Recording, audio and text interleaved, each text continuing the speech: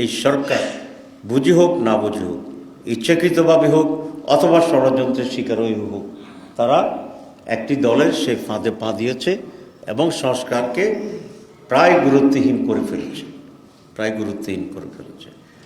আসলে পুরো জাতি চেয়েছিল গণভোট আলাদা হইতে হবে। আপনারা দেখেছেন গণভোটের প্রশ্নে কতগুলো বেসরকারি সার্ভে সংস্থা, ওপিনিয়ন যারা বিল করেন, তারা অনলাইনে সার্ভে করেছে এবং সে অনলাইনে দেখা গেল যে 80%-এরও বেশি লোক আপনার গণভোট আলাদা দিনে জাতীয় নির্বাচন আগে করার পক্ষেই সেখানে মত দিয়েছে। একটি বড় দল একসাথে চেয়েছে। এটা কারণটা কি?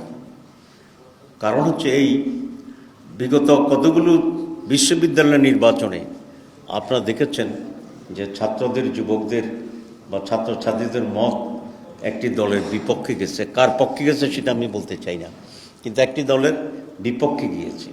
কারণ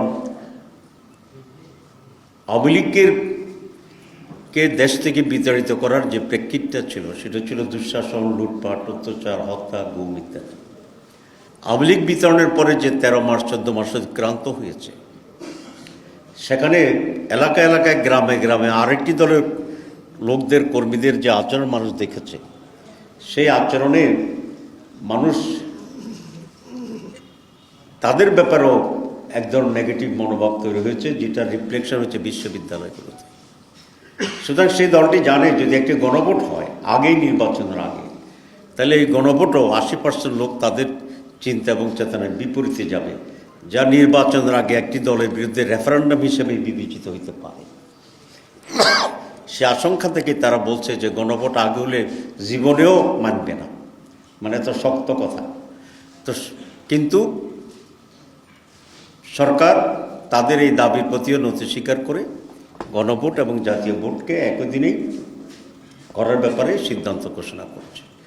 আমরা যারা এখানে আজকে 8 দল আছি, যারা মেজরিটি জনগণকে আমরা রিপ্রেজেন্ট করি, এই 8 দলের পক্ষ থেকে আমরা সবসময় বলে আসছি, জনগণ বলে আসছে, এবং যে বেসরকারি যে আমরা সার্ভে রিপোর্ট দেখলাম, সেখানে জনমতের যে রিফ্লেকশন হয়েছে সবটাই ছিল গণভোট আলাদাভাবে জাতীয় নির্বাচনের আগে হতে হবে। কারণ গণভোট হচ্ছে সংস্কার ইস্যুতে, আর জাতীয় ভোট হচ্ছে সরকার গঠনের ইস্যুতে। দুটি একেবারে ভিন্ন জিনিস ছিল।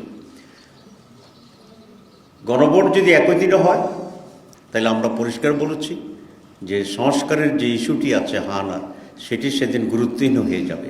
প্রত্যেকটি দল তার স্বমার্কায় নিজ দলের পক্ষে জনমত ভোট পাওয়ার জন্যই সেদিন তার সম্পূর্ণ মনোযোগী হবে।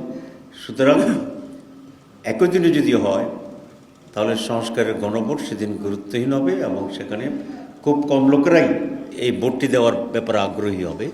বরং প্রত্যেকটা দল তার দলের পক্ষে জনগণকে একমত করার জন্য, পজিটিভ করার জন্য চেষ্টা চালাবে। এটা একেবারেই মিনিমাইজ হয়ে যাবে এবং গুরুত্বহীন হয়ে যাবে। যদি ভোট সেদিন মানুষের মনোযোগের অভাবে কম হয়, তাহলে যারা সংস্কার চাচ্ছে না তারাই সেদিন আবার এই প্রশ্ন উঠাবে, যেহেতু গণভোটের ব্যাপারে ভোট কম হয়েছে, সুতরাং এটা জনগণ চাইনি বলে বিবেচিত হোক, এবং তারা সংস্কার থেকে সেদিন চলে যাবে। এটা একটা ফাঁদ আমরা মনে করি, এবং আনফর্চুনেটলি এই সরকার বুঝি হোক না বুঝি হোক, ইচ্ছাকৃতভাবে হোক অথবা ষড়যন্ত্রের শিকারই হোক, তারা একটি দলের সেই ফাঁদে পা দিয়েছে এবং সংস্কারকে প্রায় গুরুত্বহীন করে ফেলেছে, প্রায় গুরুত্বহীন করে ফেলেছে।